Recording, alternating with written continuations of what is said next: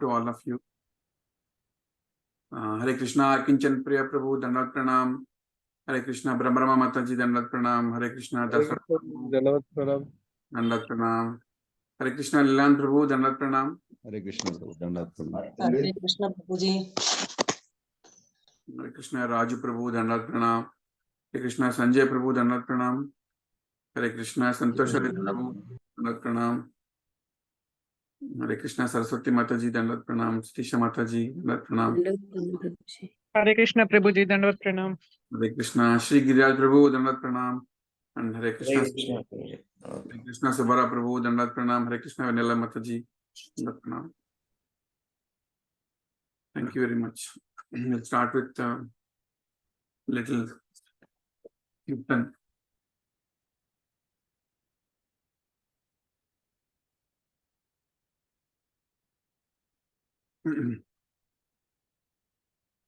जय राधा माधव कुंज बिहारी गोपी जन वल्लभा गिरिवरधारी जय राधा माधव कुंज बिहारी गोपी जन वल्लभा गिरिवरधारी यशोदानंदना व्रज जन रंजना यशोदानंदना व्रज जन रंजना यमुना तीरावनचारी यमुना तीरावनचारी जय राधा माधव कुंज बिहारी गोपी जन वल्लभा गिरिवरधारी हरे कृष्णा कृष्णा कृष्णा हरे हरे हरे रामा राम राम हरे हरे हरे कृष्णा कृष्णा कृष्णा हरे हरे हरे राम राम राम हरे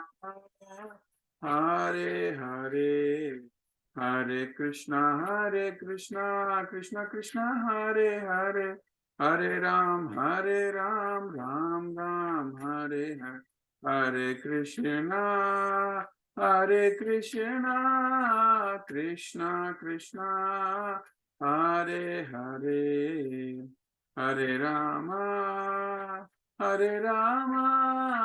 राम राम हरे हरे हरे कृष्णा कृष्णा कृष्णा हरे हरे हरे राम राम राम हरे हरे हरे कृष्णा कृष्णा कृष्णा हरे हरे हरे राम राम राम हरे हरे हरे कृष्णा कृष्णा कृष्णा हरे हरे हरे राम राम हरे राम राम राम हरे हरे जय जय प्रभुपाद जय जय प्रभुपाद जय जय गुरुदेव जय जय गुरुदेव निताय गौर हरि बोल निताय गौर हरि बोल हरि नाम संकीर्तन की जय श्रील प्रभुपाद की जय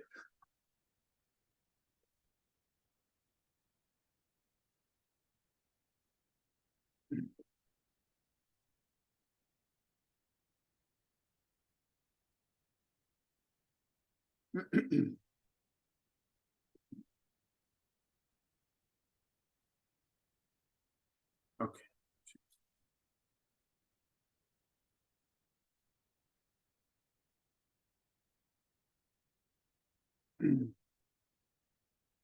Hare Krishna. Can you guys see my screen?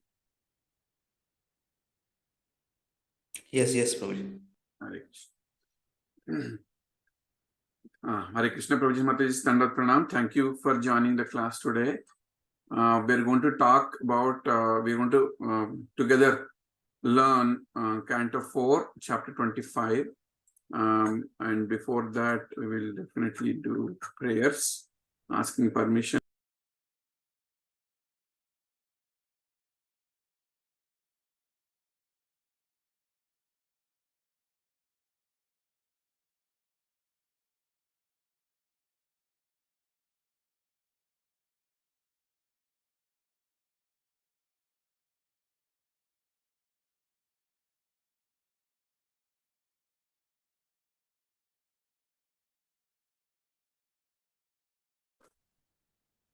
Sorry, I lost connection. I'll join again. I joined just again.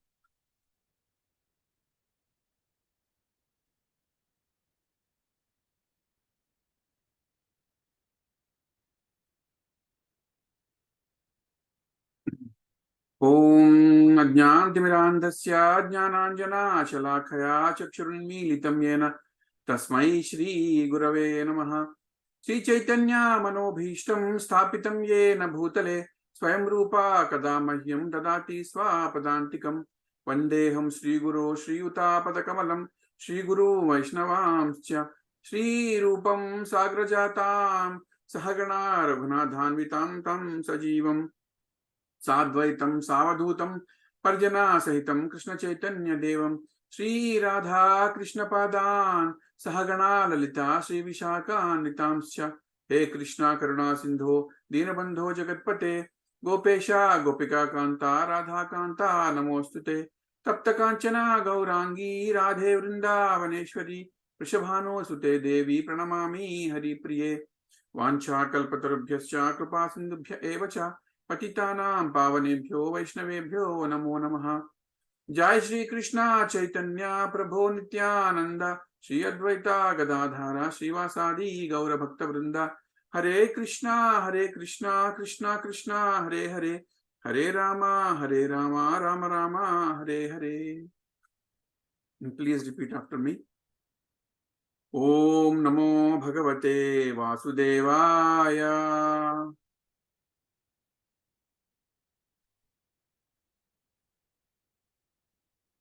Hare Krishna, can you guys hear me? Yes, Prabhu. Yes, Prabhuji. Om Namo Bhagavate Vasudevaya. Om Namo Bhagavate Vasudevaya. Om Namo Bhagavate Vasudevaya. Om Namo Bhagavate Vasudevaya. Om Namo Bhagavate Vasudevaya. Lokas, you can recite along with me. Narayanam Namaskritya Naram Chev Narottamam दैवानरोत्तमं देवीं सरस्वतीं व्यासं Puje Puje Nashtaprayesh Bhuteshu Nityam Bhagavata Sevaya Bhagavati Uttamaśloke Bhaktir Bhavati Naishtiki Krishnaya Vasudevaya Devaki Nandanaya Cha Nanda Gopah Kumaraya Govindaya Namo Namaha Pankajana Netraya Namaste Namo Mahavadanyaya Prema Pradayate Krishnaya Krishna Namo Brahmanyaya Devaya Brahmanyaya Cha Jagadhitaya Krishnaya Govindaya Namo Namaha Nama Om Vishnupadaya Krishna Prasthaya Bhutale Srimate Bhakti Vedanta Swaminti Namane Namaste Saraswati Deve Gauravani Pracharini Nirvisesha Shunyavadi Paschate Deshakarini Jai Shri Krishna Chaitanya Prabhu Nityananda Shri Advaita Gadadhara Srivasadi Gaura Bhakta Vrinda Hare Krishna Krishna Krishna Hare Hare Hare Rama Rama Rama Hare Hare Hare Krishna Krishna Krishna Hare Hare Hare Rama Rama Rama Hare Hare Hare Krishna Krishna Krishna Hare Hare Hare Rama Rama Rama Hare Hare Om Pavitra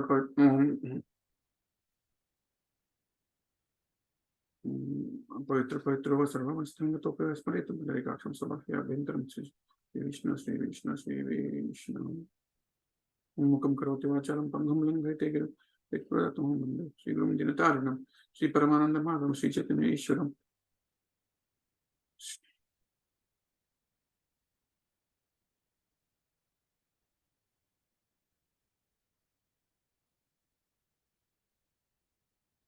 Hare Krishna Prabhuji Mataji, Dandavat Pranam. Let's do a small recap of what happened so far. We are doing this yajna of reading Srimad Bhagavatam from a long time, wonderfully being conducted and attended by so many devotees. We're in Canto 4, chapter 25. So Canto 1 and 2 are described as Supreme Lord's lotus feet. And in that chapter, in that canto, wonderfully Bhakti Yoga has been described and established. And it starts with birth of Maharaj Parikshit and Parikshit Maharaj chastising Kalipurusha. And process of creation has been described very detailedly. Virat Rupa has been explained. And the same Virat Rupa we'll also read in Bhagavad Gita. Wonderfully, Chatusloki Bhagavatam explains the summary of entire Bhagavatam in 4 shlokas. And the 10 topics of Srimad Bhagavatam has been introduced, starting with Sarga and Visarga. Canto 3 and 4 are Supreme Lord's thighs, are considered as Supreme Lord's thighs. And the entire Canto 3 and 4 is a conversation between saints Vidura and Maitreyi, and the primary creation by Supreme Lord, and then secondary creation by Brahma and his sons is very detailedly described in these cantos. The time, Kala is explained, embryology, family life, Sankhya Yoga is explained. Again, similarity of Sankhya Yoga here and in Bhagavad Gita. Bhakti Yoga, Ashtanga Yoga, Jnana Yoga, Karma, culture is explained. Spiritual world, material world differences and the hell is explained. I remember Subara Prabhu talking about this.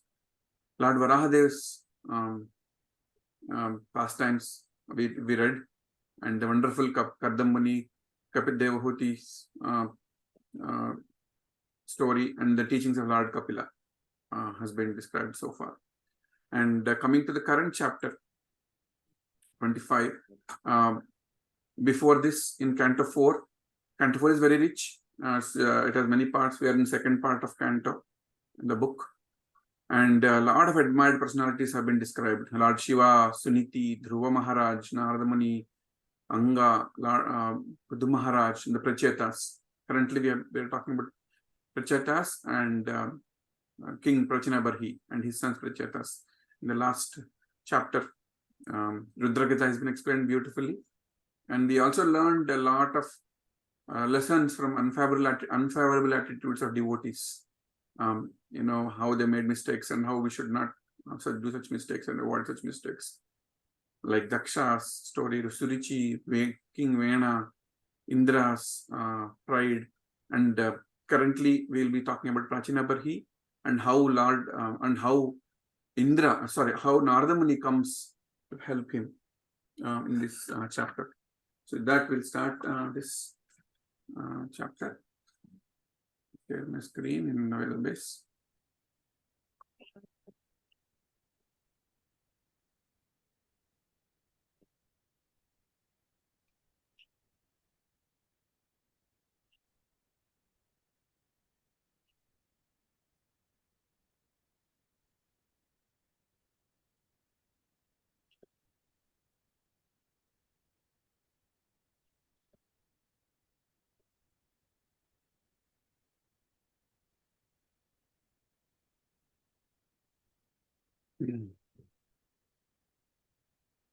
Chapter 25, the descriptions of characteristics of King Puranjana. This is a very intriguing chapter. A lot of a story will be told by Narada Muni. It has a lot of similarities of human life and very beautifully explained by Narada Muni. And I was reading this chapter today and yesterday, and this is every purport, every line, every translation has so much wealth, and we cannot skip any of this. I thought I could summarize, but no way I had any capability or any way I could do that. So we're going to read everything, and wherever we are done, we'll stop there. And then tomorrow, His Grace, Anandaram Prabhu will continue from the rest of the shlokas. Text 1. Maitreya Uvacha Iti Sandisya Bhagavan Barhi sadir abhipujita Pashyatam Rajaputranam Tatraivantarthate Haraha. Translation and purports by His Divine Grace A.C. Bhaktivedanta Swami Srila Prabhupada Ki Jai. Translation. The great sage Maitreya continued speaking to Vidura. My dear Vidura, in this way Lord Shiva instructed the sons of King Barhishant. The sons of King also worshipped Lord Shiva with great devotion and respect. Finally, Lord Shiva became invisible to the princes. So in the last chapter, you all heard that Lord Shiva appears to the sons of Prachina Barhisat, the Prachetas, and instructs them. And that is called Rudra Gita. He talks about Supreme Lord's glories and instructs them on how to reach the Supreme Lord. Purport. I will read one of the purports, the first purport, and rest I will ask you to please read it. So first one I'll read. This chapter contains a great lesson concerning the monarchical kingdom in the days of yore. When King Barhisat was considering retiring from royal duties, he sent his sons to perform austerities in order to become perfect kings for the welfare of citizens. At the same time, King Barhisat was being instructed by great sage Narada about the material world and the living entity who wants to enjoy it. It is therefore very clear how the kings and princes were trained to take charge of kingdom. Welfare activities for the benefit of citizens were aimed at understanding the Supreme Personality of Godhead. The human form of life is especially meant for understanding God, our relationship with Him, and our activities in His service. Because the kings took charge of the spiritual education of the citizens, both the king and the citizens were happy in Krishna consciousness. In this regard, we should remember that the monarchical hierarchy of Prachina Barhisat comes from Maharaja Dhruva, a great devotee of the Lord and the most celebrated disciple of Narada Muni. King Prachina Barhisat was then too much engaged in fruitive activities due to his performing different types of yajnas. One can actually be promoted to higher planetary systems or to the heavenly kingdoms by performing various yajnas, but there is no question of liberation or going back home, back to Godhead. When the great sage Narada saw that a descendant of Maharaj Dhruva was being misled by fruitive activities, Narada took compassion upon him and personally came to instruct him about the ultimate benediction of life, Bhakti Yoga. How Narada Muni indirectly introduced the Bhakti Yoga system to King Prachina Barhisat is very interestingly described in this 25th chapter. So in this sloka, a recap of past chapter is done and also introduction to the future is done. 2 points I want to make very clearly here. One, in the past ages, the kings took charge of spiritual education of the citizens. They made sure that spiritual education is part of the curriculum, and they made sure that every citizen has gotten spiritual education. And both king and his subjects are happy in Krishna consciousness in the due course because of this, and which is what is lacking in the current system and the current education system. But because no student has been instructed in spirituality, and there is no curriculum because of a lot of mishaps that happen, and we should help the system in starting with our own home, teaching our kids and preach to the other people as we know more. And that's how we are doing the youth preaching in the center, getting all the teenagers, helping them in this regard. That is one point I want to make. And second point is Narada Muni comes to rescue again and again, as you see some observations. Narada Muni comes to help Dhruva Maharaj in the past cantos and chapters, and even here, Narada Muni being compassionate comes to help Prachina Barhisat, because even after sending his sons for penances in the forest, somehow Prachina Barhisat gets entangled in this fruitive activities of yajnas, and whatever that can happen with the yajnas is only just getting promoted to higher planets, and one cannot go back to Godhead using just yajnas as fruitive activities. So Narada Muni saw that Prachina Barhisat, being the descendant of great Dhruva Maharaj and being misled by these fruitive activities, he comes down to instruct him in the Bhakti Yoga system. Right? In this chapter, it is being explained. Text 2. Rudragitam Bhagavata Stotram Sarve Prajetasa Japantaste Tapaste Pur Varshanam Ayutam Jale. Translation. All the Pracheta princes simply stood in the water for 10,000 years and recited the prayers given to them by Lord Shiva. Can somebody read the purport? I'll go to the one sloka. Yes, please. The purport of verse 2. Anyone? Hare Krishna Prabhuji, Dandat Pranam. Of course, in the modern age, one may be amazed how the princess could stand in the water for 10,000 years. However, living within air or living within water is the same process. One simply has to learn how to do it. The aquatics live within water for their whole lifespan. Certain favorable conditions are created to enable them to live within water. In those days, however, people used to live for 100,000 years. Out of so many years, if one could spare 10,000 years for the sake of austerity, he would be assured of success in his future life. This was not very astonishing. Although such a feat is impossible in this age, it was quite possible in Satyayuga. Thank Yes. you. Hare Krishna. So this tells us two things. One, this happened in Satyayuga. All this happened in Satyayuga. And one more thing that Prabhupada is pointing out is some people might doubt how can somebody stand in the water for 10,000 years. It is possible. It is possible. And because two things. One, people had 1 lakh years as their age. And within that, the devotee has spent more than 20,000, 30,000 years doing penances.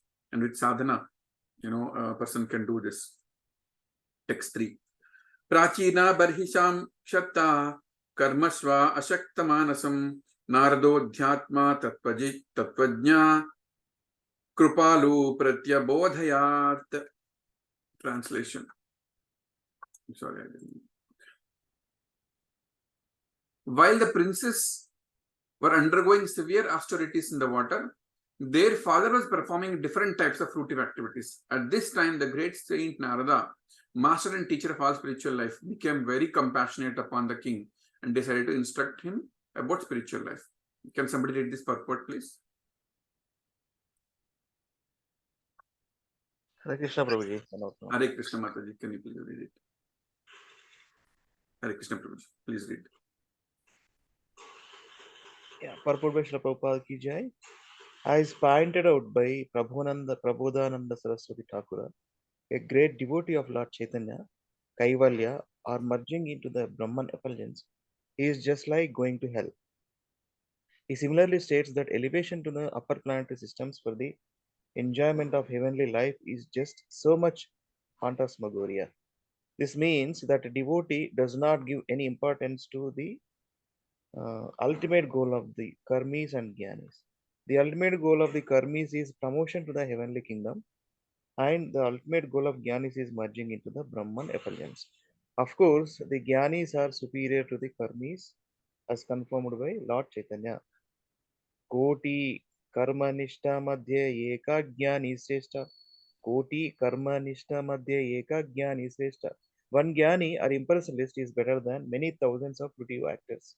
CC Madhya 19.147. Therefore, a devotee never enters upon the path of karma or elevation by fruitive activities.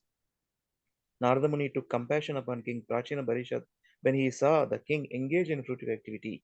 In comparison to mundane workers, those who are trying to be elevated to the higher planetary systems by performing yajnas are undoubtedly superior. In pure devotion service, however, both karma and jnana are considered bewildering features of the illusory energy. Thank you. Very well. Thank you, Prabhuji. So, two things are mentioned in this sloka. One about karmis and jnanis. And definitely in Chaitanya Charitamrita, it is clearly told. One point, Prabodhana Saraswati clearly says, Kaivalya, merging to Brahman effulgence, is just like going to hell. None of the devotees really think that liberation or Kaivalya, we don't want that. It's really clearly told. We want to be eternally serving the Lord Krishna, and merging into Brahman effulgence or liberation is not asked for, or it is even considered as going to hell. And karmis, of course, there is in the ladder you can see karmis, and then karma yoga, and then jnana yoga in the ladder of yoga system. Karmis are the lowest, and they follow the injunctions of the Vedas, but for the benefit of their own selves. Right? They do activities, but they get reactions to that. If they do good karma, they get good reactions, and then they're promoted to heavenly kingdom. But what happens ultimately, they'll finish the bank balance of their accumulation, and they'll come back again, and they are still in the cycle of life and death. They are not going out of that. That is what karmis are going to get. And what is jnanis are going to get? Jnanis are little above karmis, and they are after getting the jnana, and they meditate on the impersonal Brahman. They are impersonalists. But in this sloka, it is explained at least jnani is better than karmi. At least 1,000 times better than fruitive actors. So at least after some time they'll realize, and then there are instances in Bhagavatam where jnanis got the knowledge of the Supreme Lord, and then they got elevated into Bhakti Yoga. For example, 4 Kumaras. So Narad Muni here is worried about Prachina Barhisat because he was going into fruitive activities of doing yajnas, which are prescribed in Vedas, and he is just accumulating the good reactions of the yajnas, which will just take him to the higher planets. And he became very compassionate, and he wanted to come and help Prachina Barhisat. So in the pure devotional service, both jnanis and karmis are still considered being part of illusionary energy. We don't want liberation. We want pure bhakti. Text 4.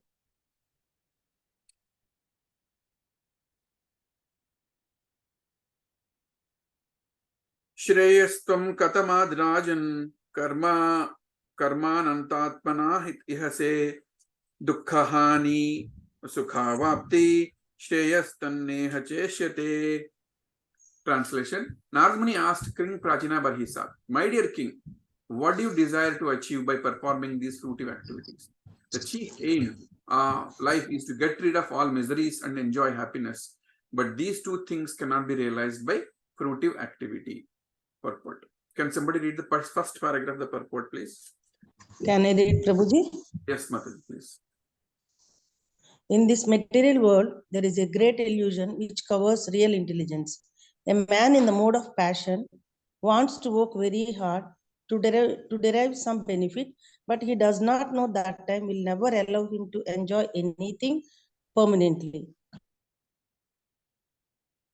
Yes, Mataji. Continue.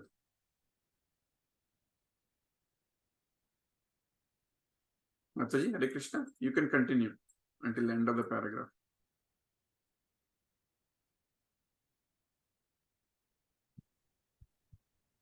Hare Krishna. Did we lose Undergoing some distress. Mataji. The rest of the paragraph you can continue. Next paragraph also, Prabhuji? No, Mataji. Just finish the paragraph. The rest of the paragraph. Okay. Compared. Okay, Prabhuji. Compared with the work one expends, the gain is not so profitable. Even it is profitable, it is not without its distresses. If a man is not born rich and he wants to purchase a house, cars, and other material things, he has to work hard day and night for many years in order to possess them. Thus, happiness is not attained without undergoing some distress. Yes. So, in this material world, there is great illusion which causes real intelligence. A man in the mode of passion wants to work very hard and derive benefit. And generally, people think that, for me to be happy, I need to work hard, I need to get a lot of money. And that is an illusion. Happiness is never there. It's always momentarily and temporarily. There is always some problem you have to deal with. And it is distant as there is no profit at all. So Prabhupada describes here that a man who is born ordinarily wants to be rich. For that, he endeavors a lot. He really does a lot of hard work, studying and getting a good job, and then working like day and night, purchasing a house, car, and other things. But in all these activities, there is always a problem. Some problem will come. You can see perfect examples of all our lives. There is every day there is a problem that you have to solve. There is no happiness at all. There is some other issue that you have to deal with, right? And first of all, you are undergoing so much distress to get here, and losing health, losing sleep, losing time that you want to spend with your family, right? With all this distress, and you get what you want, and still you have problems to maintain it, to keep it. You have to work hard in office to keep your job. You have to work hard, to pay the bills, to pay the loans. You have to work hard. You have to, if you think you're happy, then your kids' education, you'll see some problems, or a health problem, something or other will come. And especially in Kali Yuga, we see so many things happening, so many places. So this is all a lot of distress, and people think that I'm happy, but they're not. The momentary thing is what they feel, but it is next day morning you wake up, you get up with some other headache, right? And I'm remembering the picture of that one person hanging from a tree branch, and there is water below with crocodiles, and there is somebody who is cutting the branch is holding on to. There is snakes that are trying to get to him, and what he's enjoying is these honey drops coming from the top, and he's thinking he's happy, but he's surrounded by all this illusion and distress, right? So there is one example here I want to give. When Prabhupada was preaching, and one disciple went to Prabhupada and asked Prabhupada, you're telling that just chant and be happy, follow my the regulative instructions, follow 4 regulative principles, attend Bhagavatam class, all this stuff, and you'll go back to Godhead. And he asked Prabhupada, what if it's not true? What if we do all this hard? This is hard stuff, right? I have to wake up at 4 o'clock, then attend Mangalarti, then I have to attend Bhagavatam class, and do a lot of service, book distribution. And you're telling that if you do this throughout the life, and guaranteed to go back to Godhead. What if at the end there is no Godhead and I don't go back? What is the guarantee? Prabhupada paused for a minute, and Prabhupada is Prabhupada. He turned the question back to him. He said, what if there is a Godhead?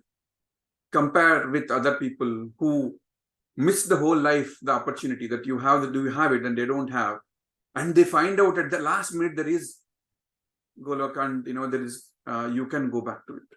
So you miss the whole life, you miss the whole time going back to it. So it's a win-win situation. It's a win-lose situation actually. So you don't lose anything, because anyway you are not losing a lot of money because of your bad habits, right? When you have bad habits, you lose health, you lose money because of the bad habits, right? Into your health problems, you're spending a lot of money on doctors and all this stuff, and you're losing peace of mind. You are in spiritual in your spiritual path, you are so happy, you're with devotees. So it's a win-lose situation, right? If you identify that there is Goloka in the last minute, and you lost the whole life without doing anything. But if you're a devotee, even if there is no Golok, Vrindavan, that is not there, you spend the whole life very nicely, very happily with the devotees, in the association of devotees, with good health, good habits. So always a win. And that disciple was, awestruck, saying, telling that. So Prabhuji Mataji's, in this path, there is no diminution, right?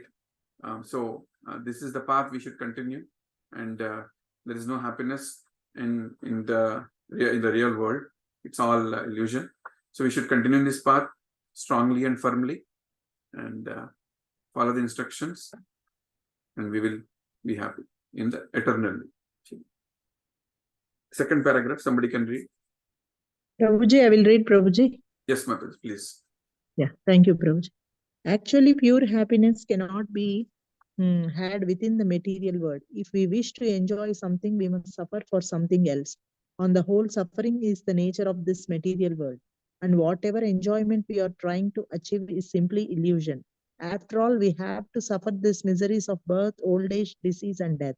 We may discover many fine medicines, but it is not possible to stop the sufferings at mm, disease or of disease or death. Actually, medicine is not the counteracting agent for either disease or death.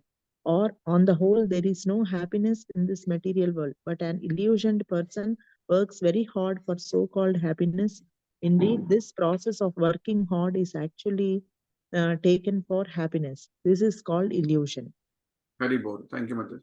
So as we heard in SSR, we have 4 problems in life: birth, old age, disease, and death.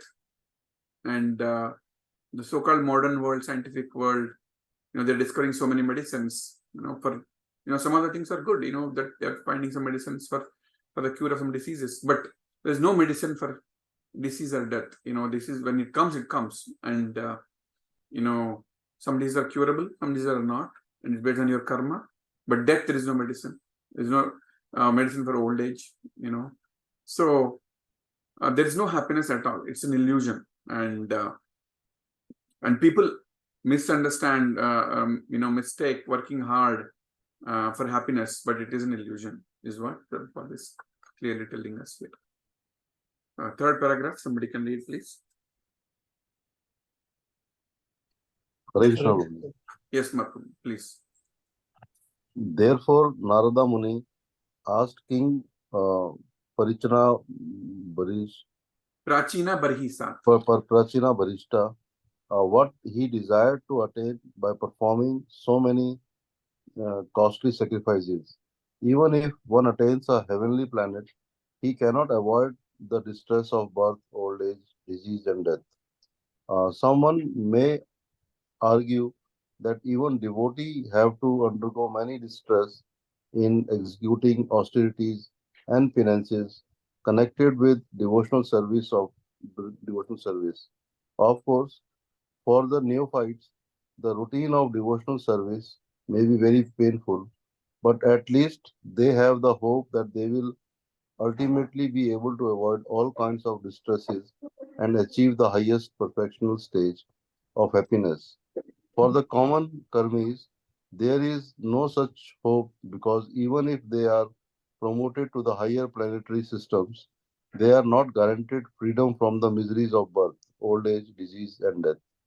Even Lord Brahma, who is situated in the highest planetary system, Brahmaloka, has to die.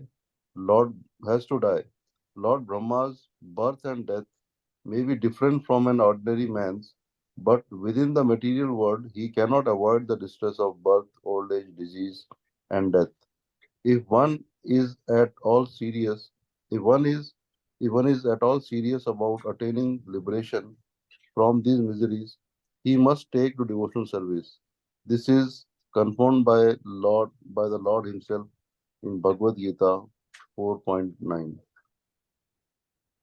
जन्म कर्म च मा दिव्यम एवं यो वेति तत्वतः त्याक्त्वा देहं पुनर्जन्म मैति माम इति सो arjuna. Yes, please finish What, the the one who knows the transcendental nature of my appearance and activities does not, upon leaving the body, take his birth again in this material world, but attains my eternal abode, O Arjuna.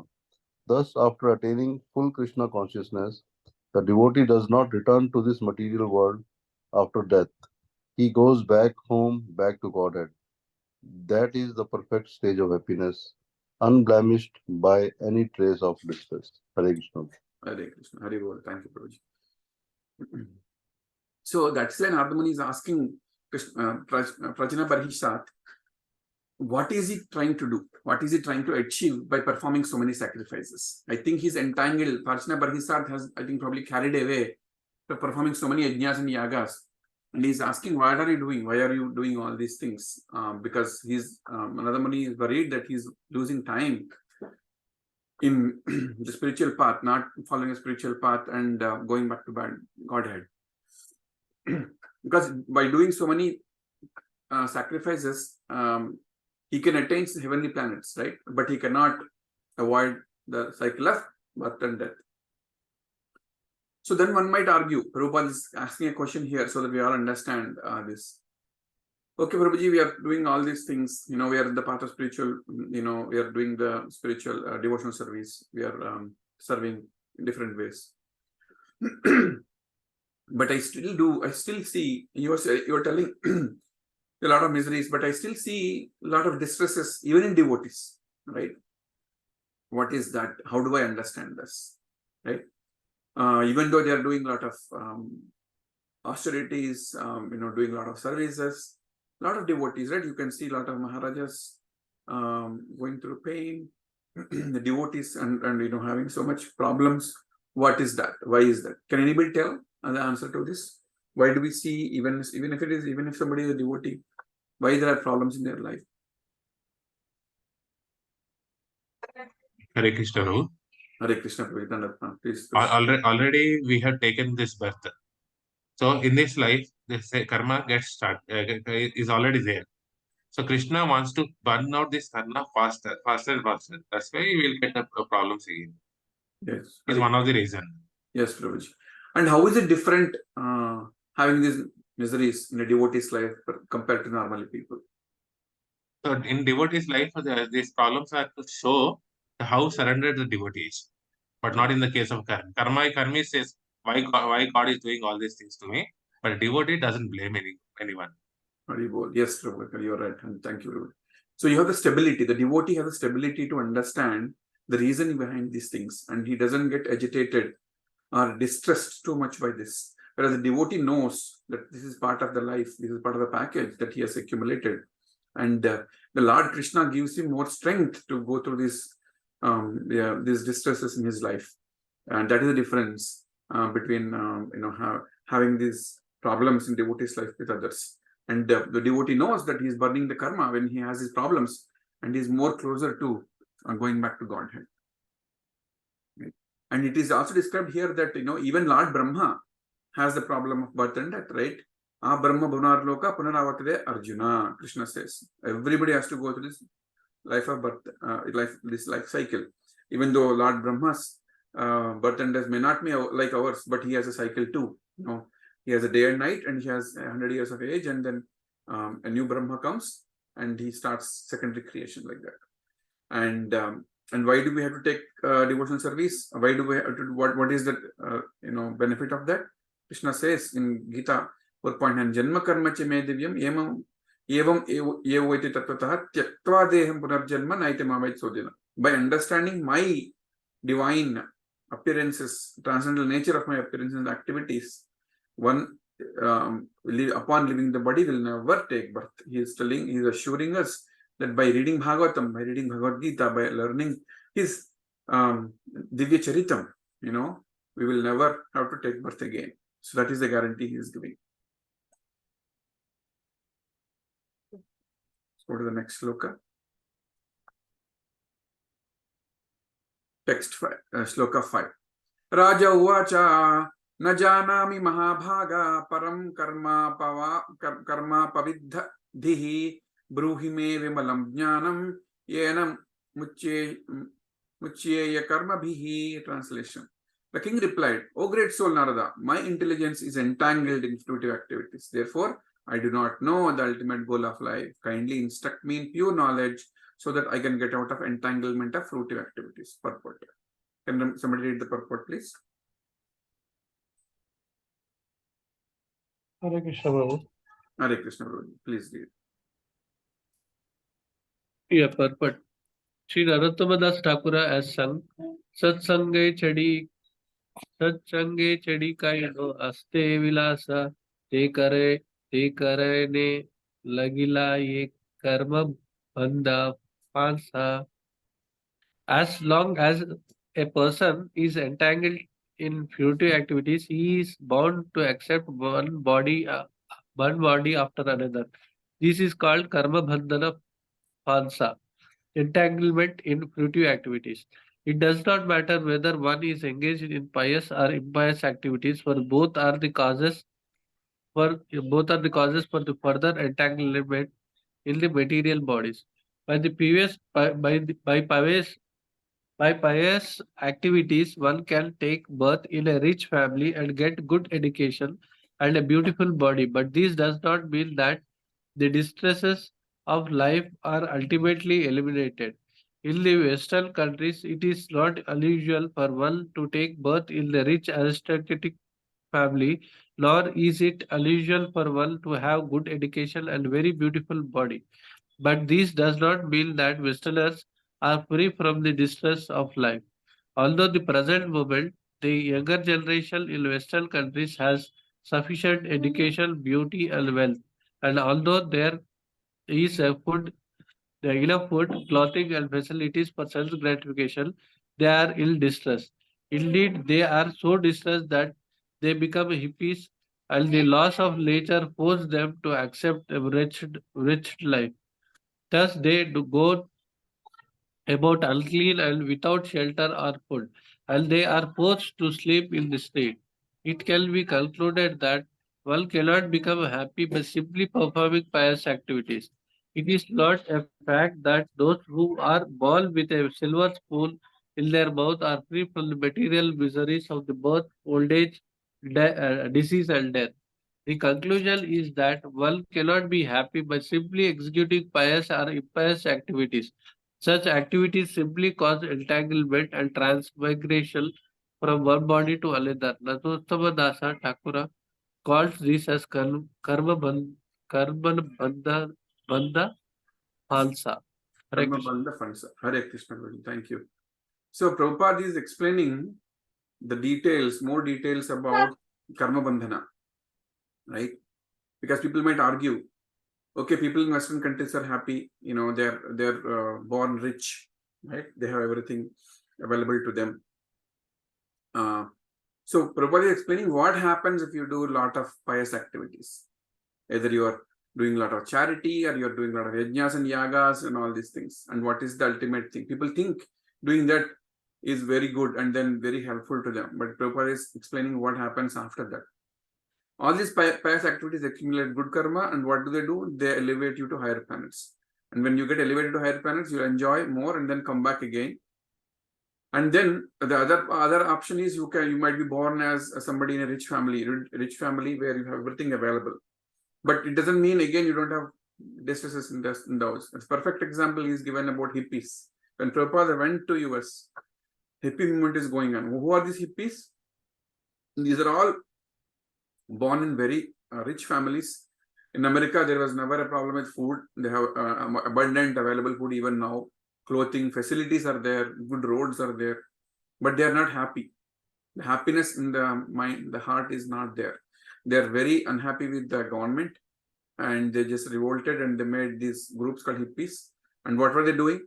They were just indulging into a lot of illicit activities, sleeping on in the streets, not being clean, very unclean, no food, no shelter, because they were not happy. They were not they're not happy at heart, right?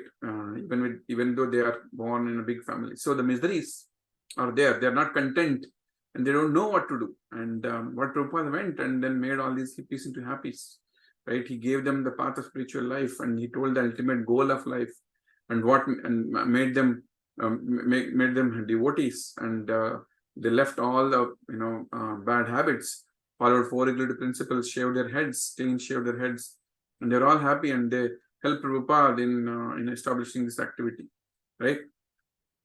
So Prabhupada is explaining here that conclusion is that one cannot be happy by simply executing pious or impious activities. Either both. Pious activities make you go up, impious activities make you go down.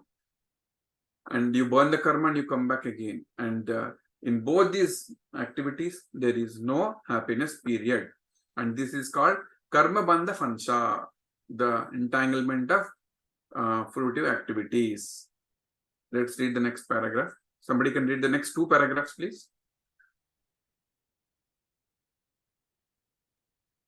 Hello. Yes, Prabhuji. King Prachina Barisat admitted that fact and frankly asked Narad Muni how he could get out of this karma bandha fansha. entanglement in the fruitive activity. This is actually the stage of knowledge indicated in the first verse of Vedanta Sutra, Tato Brahma Jignasa. When one actually reaches the platform of frustration in an attempt to discharge karma bandha phasa, he inquires about the real value of life, which is called Brahma Jignasa. In order to inquire about the ultimate goal of life, the Vedas, Mundaka Upanishad 11-12, enjoin Tad Vignartana Sa Gurum Evapi Gache. In order to understand the transcendental side, one must approach a bona fide spiritual master. King Parikshina Parishad found the best spiritual master Narada Muni, and he therefore asked him about the knowledge by which one can get out of the entanglement of karma bandha phasa, putative activities. This is the actual business of humankind. Jivasya tattva jignasa narto yaste teha karmabi.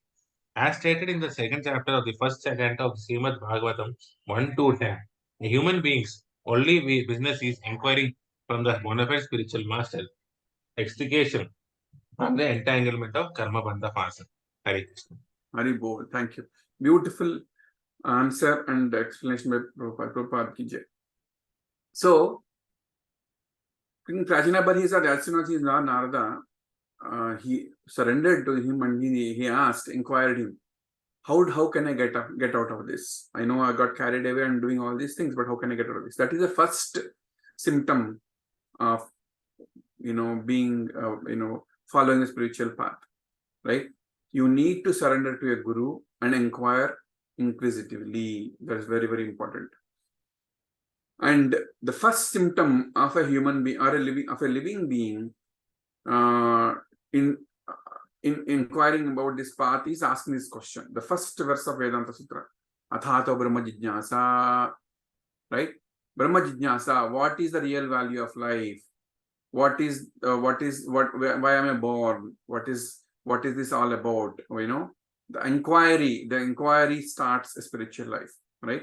What is the ultimate goal of life, right?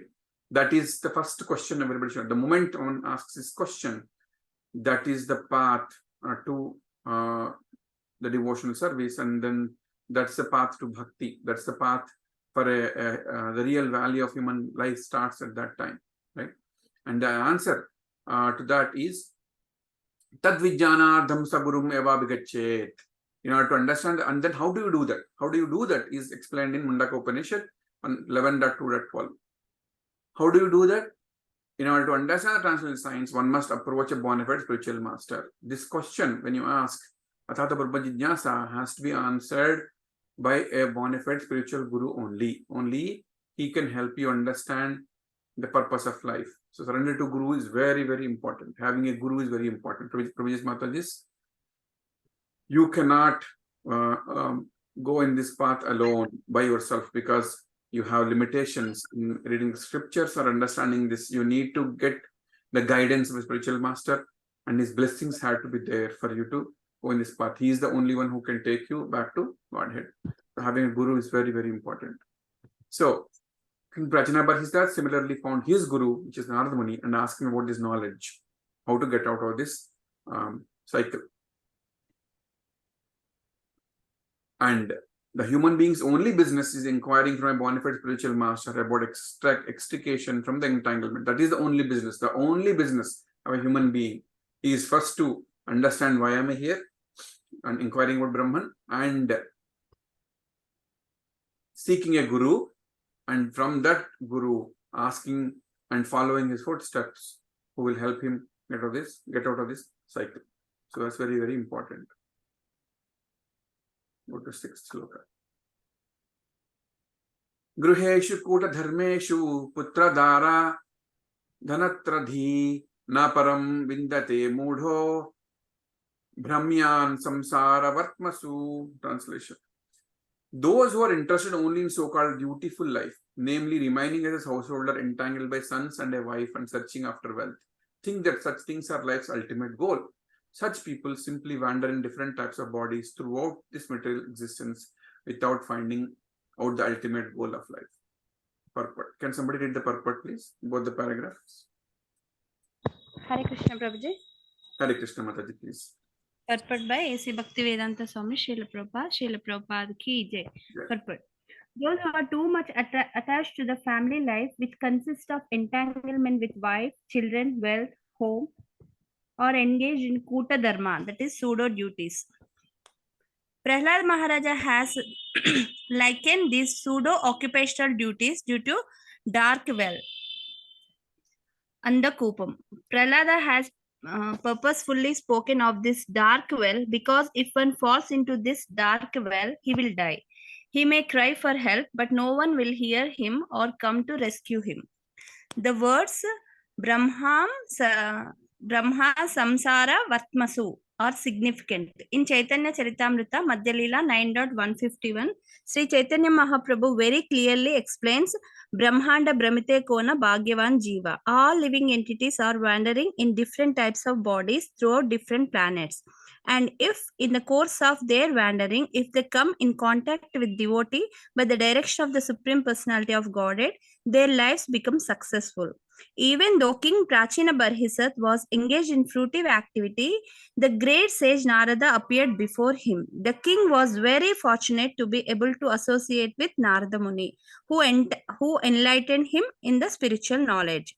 It is the duty of all saintly persons to follow in the footsteps of Narada Muni and travel all over the world to every country and village just to instruct illusioned persons about the goal of life and to save them from the entanglement of karma bandha, that is fruitive activity. Hare Krishna. Thank you, Mataji. Hare Krishna. So in this shloka, Prabhupada is explaining there are too much, the people who are too much attached to family life, right? Children, wife, wealth, and home.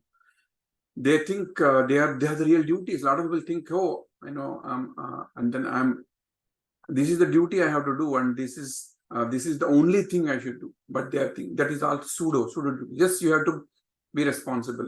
When you are married, you have to take care of your family for sure. But that is not the ultimate goal of life. Your family is given by Lord Krishna. You have to take care of them. You have to feed them. You have to do your job and make sure. But up to the point, only up to the point of their well-being. But the actual ultimate goal of your life is different than that. It is not the only goal. If you think it's the only goal, then it's a pseudo goal. It's a pseudo duty, right? This pseudo occupational duty, if you think that is the only goal, it is called as Kota Dharma. Kota Dharma is it's called pseudo duty, and it is explained by Prahlad Maharaj as Gruhamandha Kupam. Gruhamandha Kupam means it's the whole thing is like a darkened well, and if you fall in the well, nobody will be there to help you, because nobody can see you, and even if you shout out of that, nobody can hear you. Nobody will be there to rescue you. The only person that can rescue is a guru, right? And you have to understand that way. Brahmanda Brahmite Kona Bhagyavan Jiva. All living entities are wandering in different types of bodies throughout the different planets based on the karmas, right? They are just giving contact. They are going in circle. And the only way for us to get out of this is, coming into a contact of devotee by direction of Supreme Personality by Godhead. The Supreme Personality of Godhead, with His mercy, sends a devotee to your life, right? And that's how I came into SSR. I came to learn this, right? One day I saw the advertisement, there is a yatra, and then I called Satya Prabhu, and then Satya Prabhu asked me to call Lilananda Prabhu, and Lilananda Prabhu told me to come to the satsang with the devotees, and that's how I got I got connected to this satsang, and I started attending SSR. So, if the prayers of a sannyasi or a Guru Maharaj that invokes one to go to a satsang or get a contact of a devotee, and from there all of you might have the same experience, similar experience. So Lord Krishna sends a devotee in everybody's life to help all of us, right? And a guru comes into our life, and then we take to this path of spiritual knowledge. That's the second part. Prabhupada is saying is the duty of a saintly person is to roam around the whole world. Parivrajakacharyas, they're called, right? They're going around the whole world. They're not stopping any place and giving this knowledge for the souls that are, thinking that happiness is in a different way, and they don't know this knowledge. So distributing this knowledge is the ultimate goal of every saintly person. And they must travel to every country, every village, for all the illusion people, to tell them about the goal of life and then get out of this karma bandha activity. Verse 7. Narada Uvacha. Now Narada Muni starts speaking. Bho bho prajapate rajan pashun pasyat tvayadhare samjnat pitan jiva sangan nirgrehena sahasaha. Translation. The great saint Narada said, O ruler of citizens, my dear king, please see in the sky those animals which you have sacrificed without compassion and without mercy in the sacrificial arena. Can somebody read the purport, please? Purport. Because animal sacrifice is recommended in the Vedas, there are animal sacrifice in almost all religious rituals. However, one should not be satisfied simply by killing animals according to the direction of the scriptures. One should transcend the ritualistic ceremonies and try to understand the actual truth, the purpose of life. Narada Muni wanted to instruct the king about the real purpose of life and invoke a spirit of renunciation in his heart. Knowledge and the spirit of renunciation, Gnana Vairagya, are the ultimate goal of life. Without knowledge, one cannot become detached from material enjoyment. And without being detached from material enjoyment, one cannot make spiritual advancement. Karmis are generally engaged in the sense gratification, and for this end, they are prepared to commit so many sinful activities. Animal sacrifice is but one such sinful activity. Consequently, by his mystic power, Narada Muni showed King Prachina Bari the dead animals which he had sacrificed. So Narada Muni here is starting to explain, starting to give more knowledge to King Prachina Barhisat. And he started showing the animals he all killed in the ritualistic ceremonies he has conducted. And he wanted to instruct the king about the real purpose of life, about knowledge and spirit, and then Jnana Vairagya. Without knowledge is very important. Without knowledge, we would never understand the purpose of life, right? This SSR is knowledge, reading Bhagavatam is knowledge, reading Bhagavad Gita is knowledge. And from that knowledge, we should use Jnana and Vijnana. We should get Jnana, which is knowledge, and Vijnana, apply that, what to do, right? The services is what action we have to perform based on knowledge. Karmis are generally engaged in sense gratification, and for this, they are prepared to do any kind of activities, right? And they can do sinful activities too. And animal sacrifices in those days were done a lot to get more the sense gratification, which is getting more pious credits. And Narada Muni was showing all the animals he killed in the spiritual sky. Prabhuji's mothers, I have a question for all of you. If you remember, most of the sacrifices are done in the arena of Yajnashala, are these old animals, and they are given new life, right? And then in that case, how is Narada Muni telling that, are accusing of this king of these sacrifices and showing those dead animals in the sky? Anybody?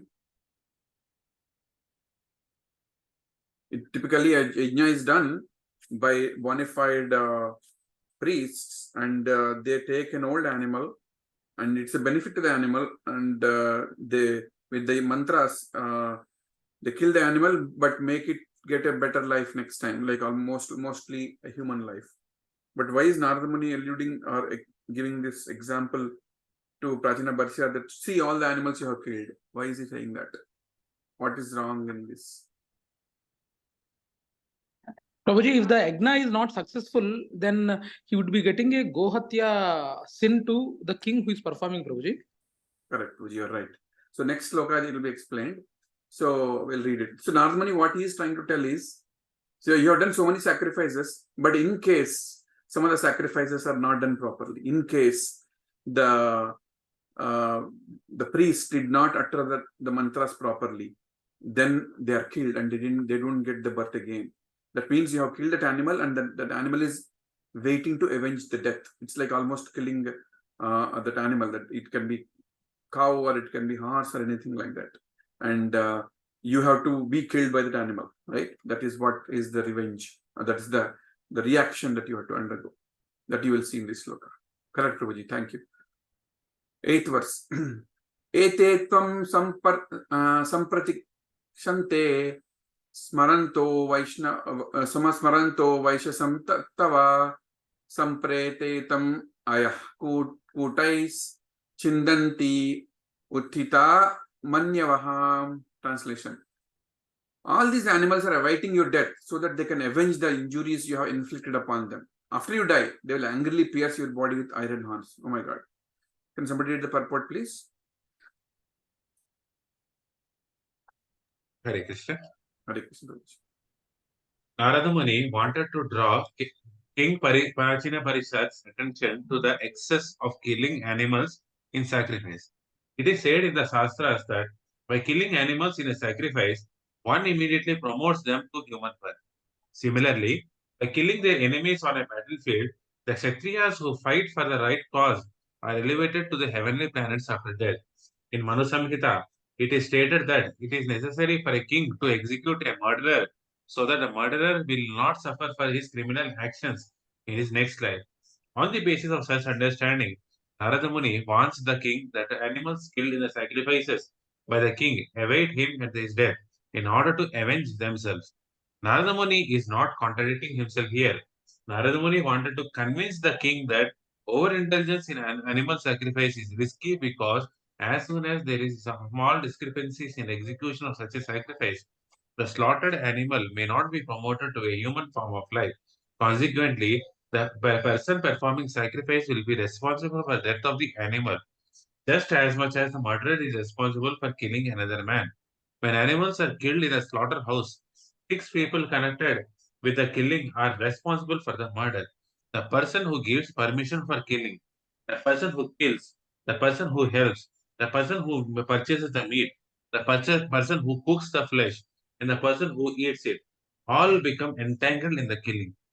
Narada Muni wanted to draw the king's attention to this fact that animal killing is not encouraged even in a sacrifice. Hare Krishna. Hari bol, Hari bol. Yeah, so it's beautifully explained here.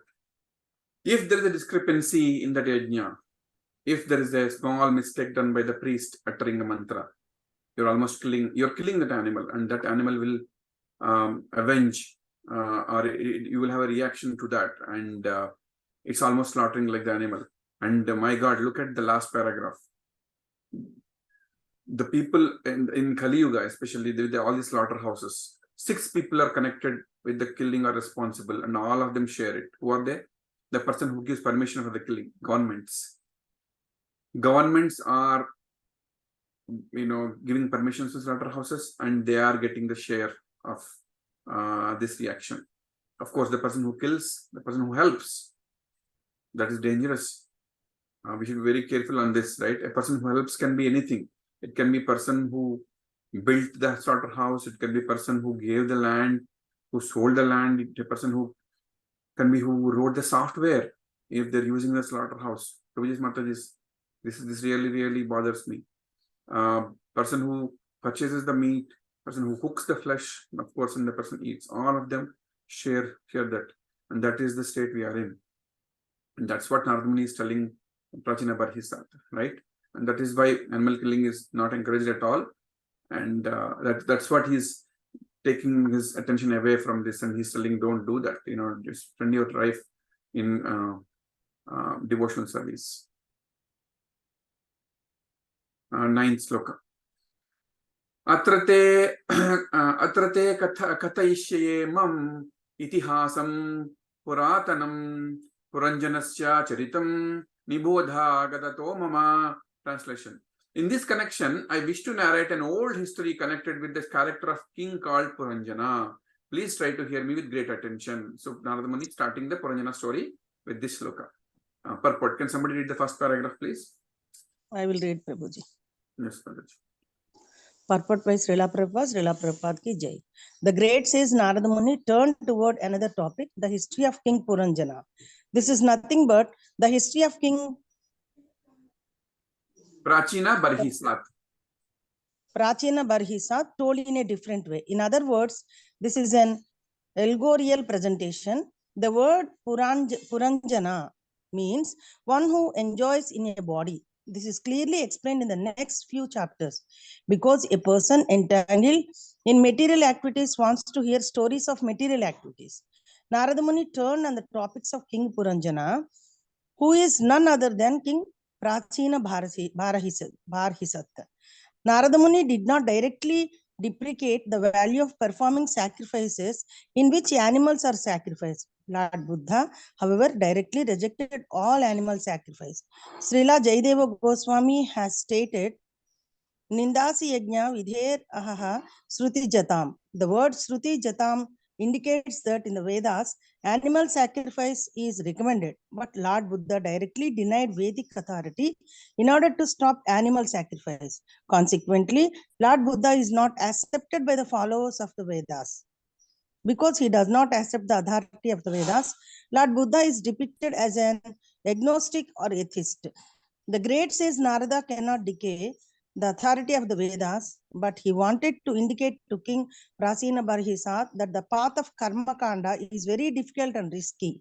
Hare Krishna. Thank you. So here Narada Muni is starting the story of Puranjana, King Puranjana. And the Varun, it's an allegorical story, Prabhuji's Matas. You will see in every purport how Prabhupada, how Puranjana story is compared with the living entity and the senses and the enjoyment and all that stuff. So it's a beautiful story.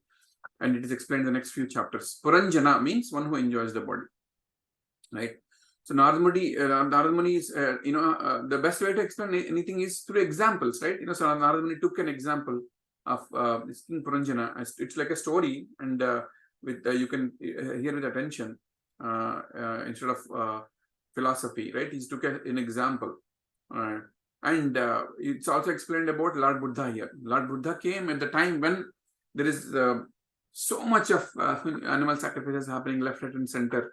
And he wanted to stop all that, and in one go, he just rejected all the Vedas. He said, let's stop all this. And to stop all that animal sacrifice, animal killing specifically, he said, there's so much in abundance happening, and he wanted to stop all that. And he said, stop this. And he said, there is no Vedas, just stop all these things. And that's why he's not approved or accepted by followers of Vedas, but that's for a good purpose. Buddha came and he did this, and after that again other acharyas came and other avatars came to help back and come back to the normal path. But at that time it was much needed, and he was explaining this story to help Prachina Barhisat to understand that Karma Kanda is a very rough path and risky path. We should not be on the path. Let's read the second paragraph. Somebody can read the second paragraph. Prabhuji, I will read, Prabhuji. Yes, Mataji. Foolish persons accepts the difficult path of karmakanda for the sake of sense enjoyment, and those who are too much attached to sense enjoyment are called modas, rascals. It is very difficult for a moda to understand the ultimate goal of life. In the propagation of the Krishna consciousness movement, we actually see that many people are not attracted because they are modas engaged in fruitive activity. It is said, Upadesho hi murkhanam prakopayana shantaye. If good instructions are given to a foolish rascal, he simply becomes angry and turns against the instructions instead of taking advantage of them. Because Narada Muni knew this very well, he indirectly instructed the king by giving him the history of his entire life. In order to wear a gold or diamond nose pin or earring, one has to pierce the ear or nose.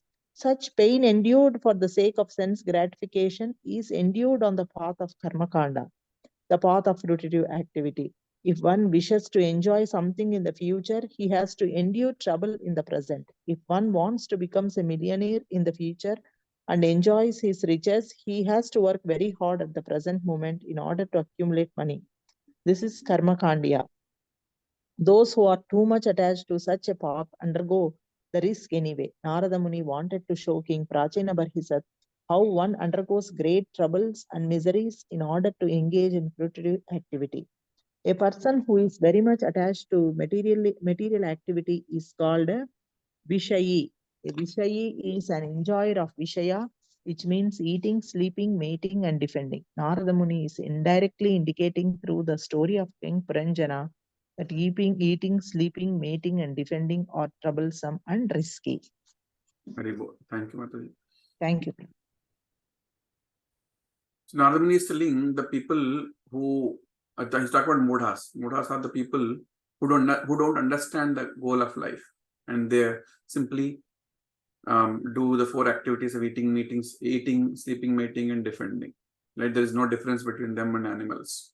Right? And out on the top of that, these the people typically, when you give such instructions, they become angry, and instead of taking advantage of them, right? And another example is given of these, these activities, this doing so much of endeavor in these activities is like piercing a nose. Yeah, I wanted a good nose earring, but I need to go through the pain of piercing the ear or nose. Only then I will get the enjoyment of having a nose ring or earring. And that is how karma kanda works, right? You would undergo so much trouble in studying, getting a job, working hard, and then they think they can enjoy with a good house, car, and wife and kids and everything. Right? These are all karma kandiya. So Prabhuji Matis, I have one question for you. Does it mean that we should not study well, we should not do jobs and get a family and all that? We should not do all that. We should not be in that business at all. What does it mean by this paragraph? What are you getting out of this paragraph? What is your meaning you're getting?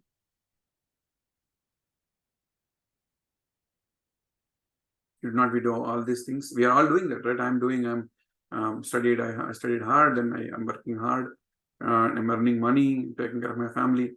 Then does it mean we should not do all this? We should just leave all these things?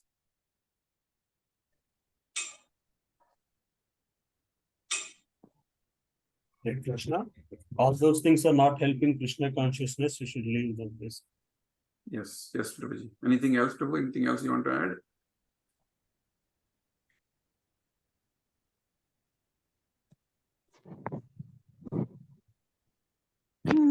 Hare Krishna, we should have Yukta Vairagya. Means we are conditioned to do all these things, but in the same thing, we should strive to go towards Krishna. Yes. Yeah, that's correct. So both of you are correct. So why we should do what we're doing? Because Krishna has given the family, we have to take care of them. So you have to work enough so that you can make money to send your kids to school, take care of your health, family, and minimum needs. That's what is called. We should not endeavor to ugra karma. Ugra karma is too much endeavor, right? It is told we have studied in different places that ugra karma, too much endeavor is not good, right? I'm forgetting the sloka where we studied that. Yeah. So we have to strike a balance there. We should do it. Atyahara prayasascha? Yes. Atyahara prayasascha, correct. Atyahara prayasascha. So we should not endeavor too much into these activities. We should do enough. We should do balanced 9 to 5 office work so that we get the salary so that we can take care of the family. The rest of the time in Krishna conscious activities, weekends are completely dedicated. And even the work we are doing, we should see the means on raising a good Krishna conscious family, a home with activities filled with Krishna consciousness, inviting sadhus, inviting devotees to the home, doing activities that are conducive to Krishna consciousness. All this should be part of your life, right? That's the difference between Vairagya and Yukta Vairagya, as Suma said, right? Vairagya is renouncing good thing, going to Himalayas, running away. No, that's not what Prabhupada is telling here. Utilizing things given to us in Krishna consciousness, as Sabara Prabhu told, is the means here, right? That's what we should understand. That's the balance you have to strike. That's what is told in this sloka. Yeah. Last paragraph, can somebody read? Can I read, Prabhu? Yes, Prabhuji. The words itihasam, history, and puratanam, old, indicate that although a living entity lives within the material body, the history of the living entity within the material body is very old. In this regard, Srila Bhaktivinoda Thakura has sung Anadi Karama Phale Padi Bhavar Nava Jale Tari Bare Na Dekhi Upaya. Due to my past fruitive activities, I have fallen into the water of material existence, and I cannot find any way to get out of it. Every living entity is suffering in this material existence from past activities. Therefore, everyone has a very old history. Foolish material scientists have manufactured their own theories of evolution, the Darwin theory especially, which are simply concerned with the material body.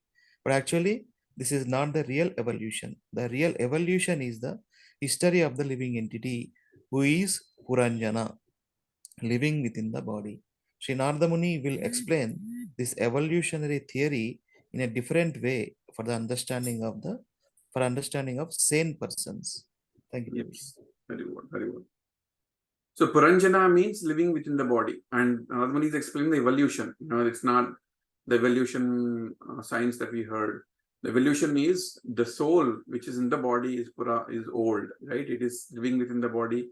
The material body is very old, and it is evolving through the transmigration of different bodies. That is the evolution, the real evolution of the history of living entity, which is being explained in Radhamani here, which will continue in the next verses. He is going to explain more in detail. Let's go through those.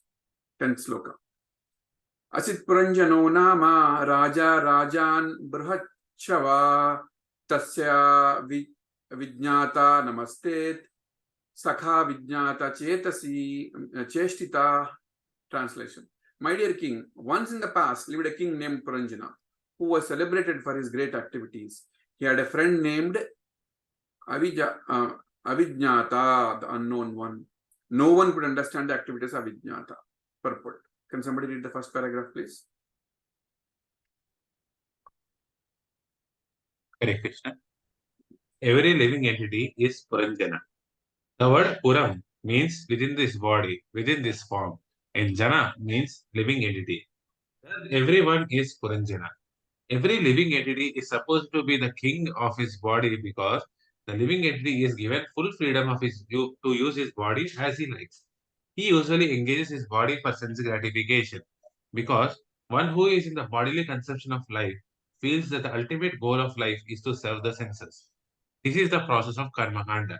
One who has no inner knowledge, who does not know that he is actually the spirit soul living within the body, who is simply enamored by the dictation of the senses, is called material.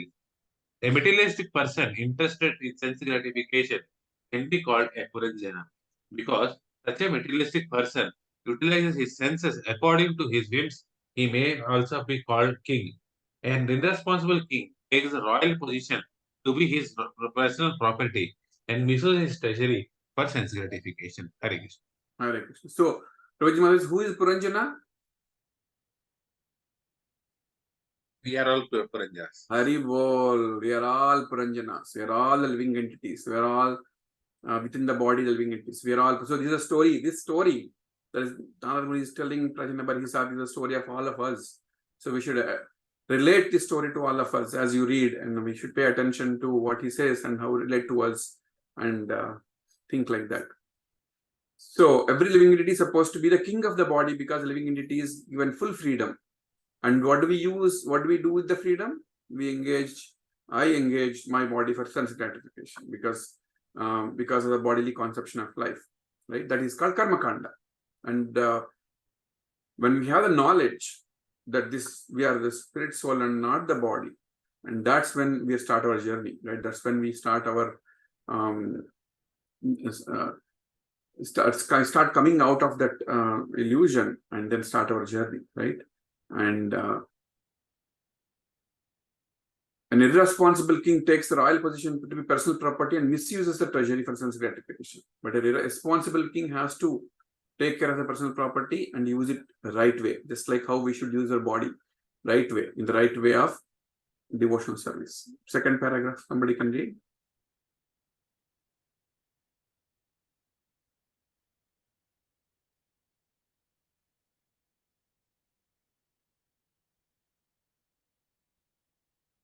Can somebody read the second paragraph? The word. Shall I read? Yeah, go ahead. The word Shravaha is also significant. The word Shravaha means fame. The living entity is famous from ancient times. For as stated in Bhagavad Gita 2.20, Na jayate vriyate va. The living entity is never born and never dies. Because he is eternal, his activities are eternal. Although they are performed in different types of bodies, Na hanyate hanyamane shariri. He does not die even after the annihilation of the body. Thus, the living entity transmigrates from one body to another and performs various activities. In each body, the living entity performs so many acts. Sometimes he becomes a great hero, just like Hiranyakashipu and Kamsa, or in the modern age, Napoleon or Hitler. The activities of such men are certainly very great, but as soon as their bodies are finished, everything else is finished. Then they remain in name only. Therefore, a living entity may be called Prashrava. He may have a great reputation for various types of activities. Nonetheless, he has a friend whom he does not know. Materialistic persons do not understand that God is present as a super soul who is situated within the heart of every living entity. Although the Paramatma sits beside the Jivatma as a friend, the Jivatma or living entity does not know it. Consequently, he is described as Avajananti Saka, Avignata Saka, meaning one who has an unknown friend. The word avignata chestita is also significant because a living entity works harder under the direction of the Paramatma and is carried away by the laws of nature. Nonetheless, he thinks himself independent of the God and independent of the stringent laws of the material nature. It is stated in Bhagavad Gita 2.24. Achedyo ayam adhayo ayam. Akledyo asosya evacha. Nitya sarva gata sthanur. Achalo ayam sanatanaha. This individual soul is unbreakable and insoluble and can be neither burned nor dried. He is everlasting, all pervading, unchangeable, immovable, and eternally the same. Continue, Prabhu. The living entity is Sanatana, eternal, because he cannot be killed by any weapon, burnt into ashes by fire, soaked or moistened by water, nor dried up by air. He is considered to be immune to material reactions. Although he is changing bodies, he is not affected by the material conditions. He is placed under the material conditions and he acts according to the directions of his friend, the super soul, as stated in Bhagavad Gita 15.15. Sarvachachaham priti sannivisto matta smriti jnanam apoharancha. Seated in everyone's heart and from me comes remembrance, knowledge and forgetfulness. Thus the Lord as Paramatma is situated in everyone's heart and he gives directions to the living entity to act in whatever way the living entity desires. In this life and in the previous life, the living entity does not know that the Lord is giving him a chance to fulfill all kinds of desires. No one can fulfill any desire without the sanction of the Lord. All the facilities given by the Lord are unknown to the conditioned soul. Hare Krishna. Hare Krishna. So in these paragraphs, Prabhupada is explaining about Avijnata Sakha, the unknown friend. Who is the unknown friend? Is the Paramatma living in our heart. Normal people don't know there is Paramatma inside, and people who are in this path know there is a Paramatma inside, and it is explained that there is a branch of the tree inside our heart, and there is one bird, which is the soul, and another one is super soul Paramatma. And the soul bird is looking away, from the Paramatma. And the Paramatma is waiting for this bird to come back to and look at the super soul bird, right? And we are going away and away, and we are thinking, we're looking around for sense gratification, happiness, all these things. And the materialistic person do not understand God as present in super soul, which is present everywhere, right? Although Paramatma is there in their heart, guiding them all the time, right? We talk about Avijnata Sakha. So, and then Prabhupada talks about the soul, which cannot be killed, which cannot be burnt. It is eternal, right? And it is, it cannot be affected by material conditions. And This Sarvasya Chaham Sannivishto. Lord Krishna says very clearly in Bhagavad Gita that I am sitting in everybody's heart, and what am I giving? Remembrance, knowledge, and forgetfulness. These are very, very important for us, right? And he is fulfilling the desires of everyone sitting in the heart, right? He is Anumanta Upadrashta, based on the karma balance they have. He will sanction things, and he is watching and observing things as well. Let's go to the next sloka. 11th one. So Anvesha Mana Saranam Babhrama Prativim Prabhu Anrupam Yada Vindad Abhutsa Vimana Iva. Translation: King Puranjana began to search for a suitable place to live, and thus he traveled all over the world. Even after a great deal of traveling, he could not find a place just for his liking. Finally, he became morose and disappointed. Somebody read the purport, please. Hare Krishna. Yes, Prabhuji. I will read. No, Prabhuji, go ahead. One of you can take it. The travelings of Puranjana are similar to the travelings of the modern hippies. Generally, hippies are sons of great fathers and great families. It is not that they are always poor, but some way or another, they abandon the shelter of their rich fathers and travel all over the world. As stated in this verse, the living entity wants to become a Prabhu or master. The word Prabhu means master, but actually the living entity is not a master. He is an eternal servant of God. When the living entity abandons the shelter of God, Krishna, and tries to become a Prabhu independently, he travels all over the creation. There are 8.4 million species of life and millions and trillions of planets within the creation. The living entity wanders throughout these various types of bodies and throughout different planets. And thus, he is like King Puranjana, who traveled all over the world looking for a suitable place to live. Very bold. Shall I continue? Yes, Prabhuji. You want to read the other paragraph? Okay. Sri Narottam Das Thakur has sung Karma Kanda, Jnana Kanda, Kevala Visara Bhanda. The path of Karma Kanda, fruitive activities, and the path of Jnana Kanda, speculation, are just like strong pots of poison. Amrita Baliya Yeba Khaya Nana Yoni Sada Fire. A person who mistakes this poison to be nectar and drinks it travels in different species of life. Kadarya Bhaksana Kare. And according to his body, he eats all types of abominable things. For instance, when the living entity is in the body of a hog, he eats stool. When the living entity is in the body of a crow, he eats all kinds of refuse, even pus and mucus, and enjoys it. Thus, Narottam Das Thakur points out that the living entity travels in different types of bodies and eats all kinds of abominable things. When he does not become ultimately happy, he becomes morose and takes to the ways of hippies.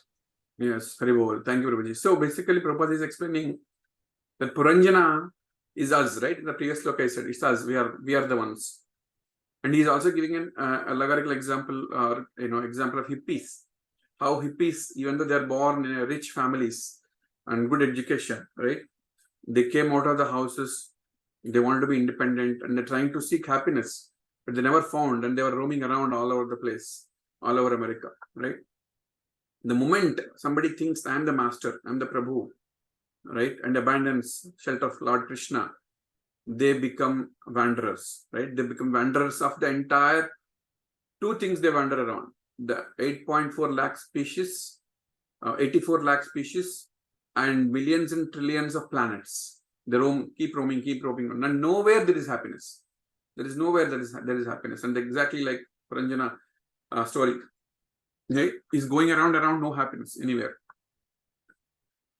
And in the second paragraph, it is told the Karma Kanda, Kevala Vishara Bhanda, just a part of poison. And people think that is a poison it's a part of nectar and drink it. And what's the result of it? Going around, and going around and becoming different bodies and eating all kinds of abominable things. Two examples are given here. Hog eats stool, and then a crow eats person mucus and then still enjoys it, right? And even if doing all these things, ultimately is not happy, and he is still morose and unhappy, is what he said. Okay, let's read the rest of the shloka, and probably we'll close it at this shloka for today. It's already 9:58. Sorry, 8:58. Can somebody read the rest of the verse, please? Can I read, Prabhuji? Yes, Prabhuji. Thus, in this verse, I can check that, Prabhu. Yeah, okay. Thus, in this verse, it is said, Na Anurupam, that the king could never find a place suitable for his purposes. This is because in any form of life and on any planet in the material world, a living entity cannot be happy because everything in the material world is unsuitable for the spirit soul. As stated in this verse, the living entity independently wants to become a Prabhu. But as soon as he gives up this idea and becomes a servant of God, Krishna, his happiness immediately begins. Therefore, Srila Bhaktivinoda Thakur sings, Niche Mayara Vashe Yache Beshe Kacha Habu Dubu Bhai. My dear living entity, why are you being carried away by the waves of Maya? I stated in the Bhagavad Gita 18:61. Ishvara Sarva Bhutanam Hriddesha Janatishthati Brahmayan Sarva Bhutani Yantra Rudhani Mayaya. The Supreme Lord is situated in everyone's heart, O Arjuna, and is directing the wanderings of all living entities who are seated as on a machine made of the material energy. Finish the same. The living entity is carried in the machine of the body through so many species of life on so many planets. Therefore, Bhaktivinoda Thakur asks the living entity why he is being carried away in these bodily machines to be placed in so many different circumstances. He advises that one surmount the waves of Maya by surrendering unto Krishna. Jive Krishna Dasa Ye Vishwasa Karle Tara Dukkha Nai. As soon as we confront Krishna, Krishna advises, Sarva Dharman Parityajya Mamekam Sharanam Vraja Aham Tvam Sarva Papebhyo Moksha Ishyami Masuchaha. Abandon all varieties of religion and just surrender unto me. I shall deliver you from all sinful reactions. Do not fear. Bhagavad Gita 18:66. Thus, we are immediately relieved from traveling from the one body to another and from one planet to another. Sri Chaitanya Mahaprabhu says, Brahmanda Brahmite Kona Bhagyavana Jiva. CC Madhya 19.151. If while traveling, a living entity becomes fortunate enough to become blessed by the association of devotees and to come to Krishna consciousness, his real life actually begins. This Krishna consciousness movement is giving all wandering living entities a chance to take to the shelter of Krishna and thus become happy. In this verse, the words Vimana Iva are very significant. In this material world, even the great king of heaven is also full of anxiety. If even Lord Brahma is full of anxiety, what of these ordinary living entities who are working within this planet? Bhagavad Gita 8.16 confirms, Abrahma Bhuvana Loka Punaravartana Arjuna. From the highest planet in the material world down to the lowest, all are places of misery, wherein repeated birth and death take place. In the material world, a living entity is never satisfied, even in the position of Brahma or in the position of Indra or Chandra. One is full of anxiety simply because he has accepted this material world as a place of happiness. Thank you, Prabhuji. Very good. Thank you, Prabhuji. So, the first paragraphs we found, we heard that, a living entity is never happy, even though he has gone through the 84 lakh species of living beings and millions and trillions of planets, because nowhere he is happy, just enjoying enjoying the material world, right? And then Nardamuni explains, this is because the living entity is thinking that I'm this body and I'm not the spirit soul. He's thinking that I can enjoy, and he's independently thinking, and with his free will, with the freedom, that he's thinking the Prabhu. And all this is because of Maya. And And then he's explaining what to do to get out of this Maya. He's telling, abandon all varieties of duty and surrender unto me. Surrender unto Lord Krishna, and I deliver of all sinful reactions, never fear. So we immediately get relieved of this when we take association of devotees and the shelter of a bona fide guru, and become the devotees of Krishna, and the path of Krishna consciousness. The real life actually begins, and that is the seed for us to get out of this cycle of birth and death, and coming out of this this wandering around and settle down in a place where there is permanent happiness. Right? Everybody is anxious because they're all enjoying their material activities, material fruitive activities, right? The moment you surrender, the moment you take association of devotees, the moment you take a shelter of a bona fide guru, your spiritual journey begins, and it ends in Golok Vrindavan when you have permanent happiness in serving the Lord. So that's where I'll stop. Prabhuji's Mataji's for today, and tomorrow His Grace Ananda Prabhu will start from Shloka 12, and I wanted to read each and every line of this chapter and every shloka. That's why it took time, but it is worth it. So I'll read it. It's a very important chapter. And with that, I'll stop here. Any questions? Any comments? Supporting things? Anything I have said wrong? Please correct me. Prabhuji Mataji, please. Any questions? Comments? Supporting sentences?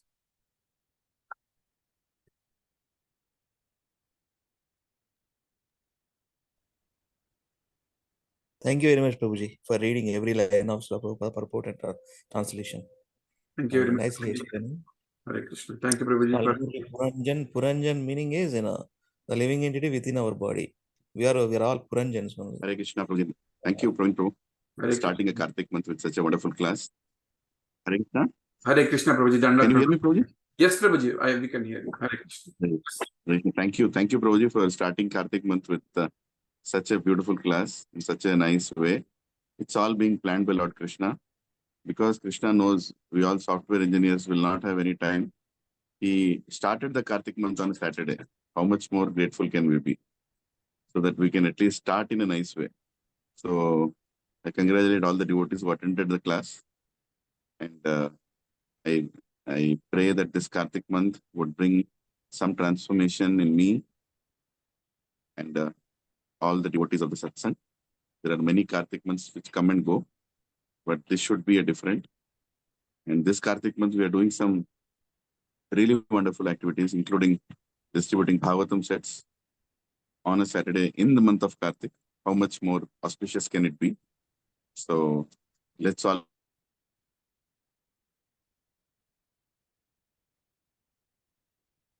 Hare Krishna, Prabhuji. I'll be excited and geared up for the day. And Damodarashtakam. Hare Krishna, can you hear me? Yeah, there is a little glitch, Prabhu, before, but now it is fine. Okay.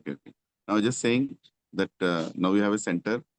So whole month of Kartik, wherever we are, whichever office we are working, let's try our best to come 8 o'clock in the evening to the center. 8 to 8:30 will be Damodarashtakam lamps offering every single day. Right? So wherever we are, we're not planning a big prashadam or anything. Simple, we'll keep it. Come, offer Damodarashtakam prayers and go. So starting from today itself, right? Some of them are gathering today for the decoration of the altar. Around noon after lunch, we'll come and gather there. And from there on, we'll start decorating the altar. Not many are needed, only 5 or 6, and they're already chosen. So remaining all, just pray that whatever we are planning stands still until tomorrow. So that is the whole idea. So congratulations again for once again entering the Kartik month in this life, in this body. And whoever is going for yatras during this month, please be enthusiastic and prayerful that you should be able to go to those dhams. So thank you again. Thank you, Prabhuji. So now I think one of the most important chapters starting in Srimad Bhagavatam, which is very interesting, at the same time very confusing. So if you're not attentive, we will not understand who is Puranjana, who is Puranjani, and what exactly is happening. And if somebody has any doubts on this chapter, one suggestion I would say is hear the Bhagavata Pravaha by Gauranga Darshan Prabhu. He has explained this entire 4 chapters in one session. And beautifully he removed all the confusions. So you can hear that during this week before you hear the next class on the Punjana story. Right? Hare Krishna. Thank you. Thank you very much. Hare Krishna. Hare Krishna. Thank you, Lilananda Prabhu. Dandat Pranam. Wonderful. Hare Krishna, Thank you very Lilananda much. Prabhuji. Thank you, all of the devotees, for attending the class, and giving me the opportunity to start Kartik month with this chapter, and giving me the opportunity for me to read. Hare Krishna. Vancha kalptarabhyascha krupasindhabhyo patitanam pavanebhyo Vaishnava Ananta Koti Vaishnava Vrinda ki jai. Kartik Damodar month ki jai. Thank you so Hare much. Krishna. Thank you so Thank you so much. Thank you, Prabhuji. Thank you, Prabhuji. much, Prabhuji. Thank you, Prabhu. Hare Krishna. Thank you, Hare Krishna.